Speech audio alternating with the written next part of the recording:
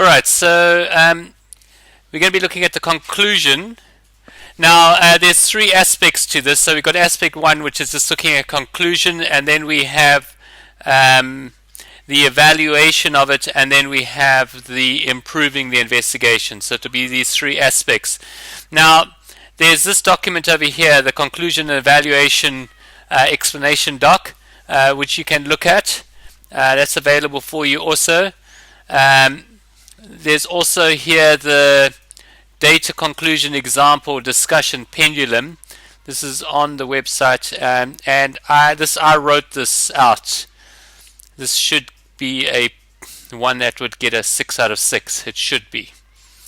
Alright, so in the three aspects of it, for the first part, when you're doing the conclusion, it says over here, state whether your graph supports the theory. This should be concise and in the form of clear statements. Now, when you're doing this, you're just stating whether it supports the theory. You're not giving any evidence as to why it supports the theory. So you just got to go through and state it. So usually state the mathematical relationship between the independent and dependent variable. This is usually a directly proportional, a linear relationship. Now, in doing this, let's just go to the example that I've got here. And we'll just have a look at it. Now, the example that I did was actually with the pendulum lab, and we had this situation. So you've got to go to your graph, and you've got to look and see, does this graph go through all the error bars? Does the best fit line go through all the error bars? So you just look at it and you decide whether it's going through all the error bars or not. Now, when looking at this graph, this should be a this should be a directly proportional relationship. The best fit line over here is this one over here. This one over here is the best fit line. Now you just got to look at all your error bars. So it goes through that one, it goes through that one, it goes through that one, it goes through that one, it goes through that one. So it goes through all the error bars, alright? That's one thing. But you're not sure whether it actually goes through the origin. It should go through the origin. When we have a look here at the y-intercept, it's 0.0725. Okay? Now, this one is not a great example because I think you can see here it's not order scale to 0, so it's a problem. So in checking to see whether this is going to go through 0 or not, it's better if it's order scale to 0, so you can see whether the line passes through the origin. But we can look at the two other graphs. Now, the y-intercept here is for the manual fit here is 0. So actually this manual fit here actually goes through the 0. This one doesn't, and this one doesn't, but it's within that range. It's within that range. So basically, if this is to 0, we would be getting something like this, that your one line would be hitting 0, your best fit line would be doing that, and you'd have a line like that. So because it's hitting 0, it's possibility that because the origin is just making within the range of the error lines, all right, your maximum minimum lines, you could say that this supports the theory.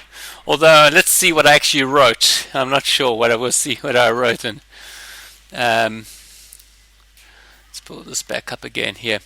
So let's go back to it. So we've got here, I've said the process data indicates that the theory is not supported. Whoops, not supported, maybe a mistake here. The best fit line gives us that. The maximum line fits between that, and you've got your value of your G, you've got your minimum value, your maximum value, you're able to work out the error, and so forth.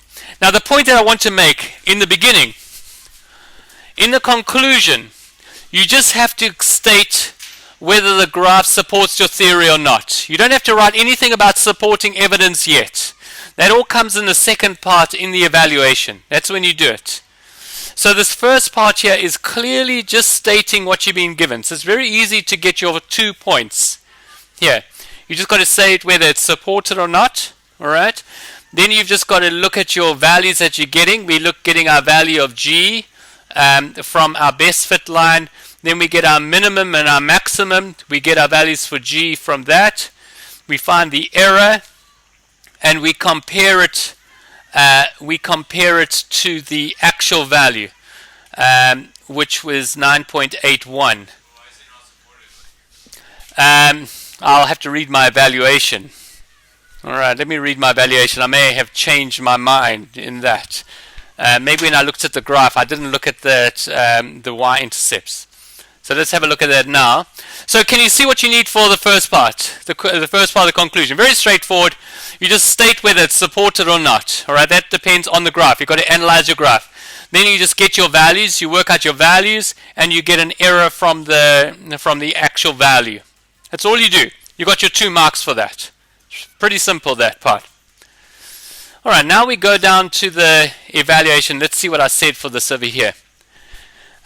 The theory shows that there is a directly proportional relationship between the period squared and the length. All right.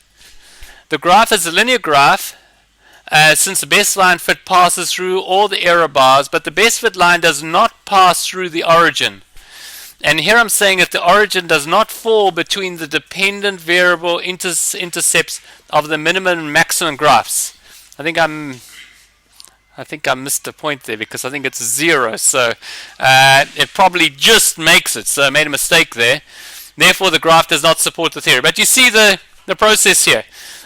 The original one, you just stated. Here you evaluated. Why did you make that?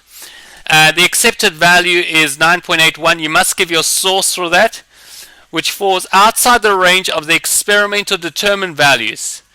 So when we took our actual value and we plus and minused our error value, our range was between 9.4 and 9.51.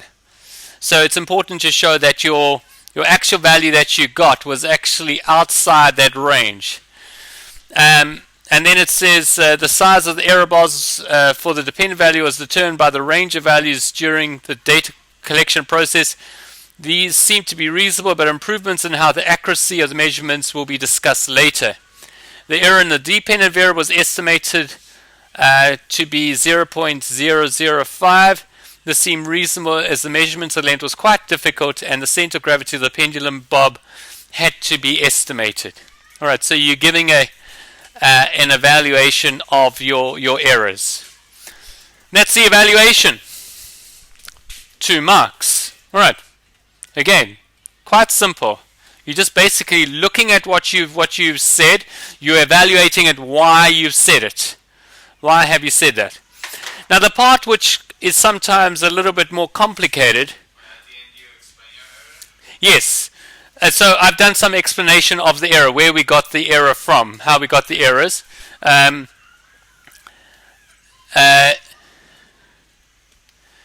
Changes.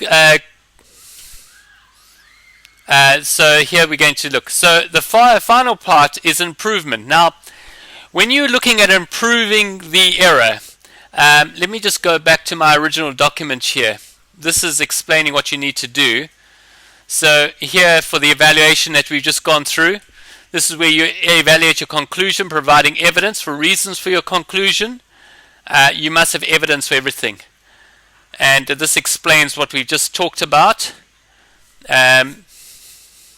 Now we're looking at improving it. And I've just made some points here that are important. You should base your improvements using the apparatus that you were using based on the following questions. So the first thing that you do is you've got to look at the apparatus that you were using and could you have improved the error with that apparatus. All right. Don't immediately go off and start talking about, well, you know, if I had an electronic measuring device, would have been much better. So you look at the equipment that you have. So how could you have improved the accuracy of the measurements of the independent variable? Okay, but yes, so that's right. So you could do that. You could have said, okay, my ruler was 5 millimeters. I should have used a 1 millimeter graduated ruler. Um, but what you want to specifically look is, you look at the independent variable. How could you have improved the independent variable? How could you have improved the measurement of the dependent variable? And then how could you have been more effective in keeping the control variables constant? So you look at each of these things in a stage. How could you have improved the independent variable? You look at how you took that measurement. All right, is there any way that you could have improved that? How could you have improved the dependent variable, the measurement of that, and how could you make sure that those control variables were kept constant? And then after that, these are some points.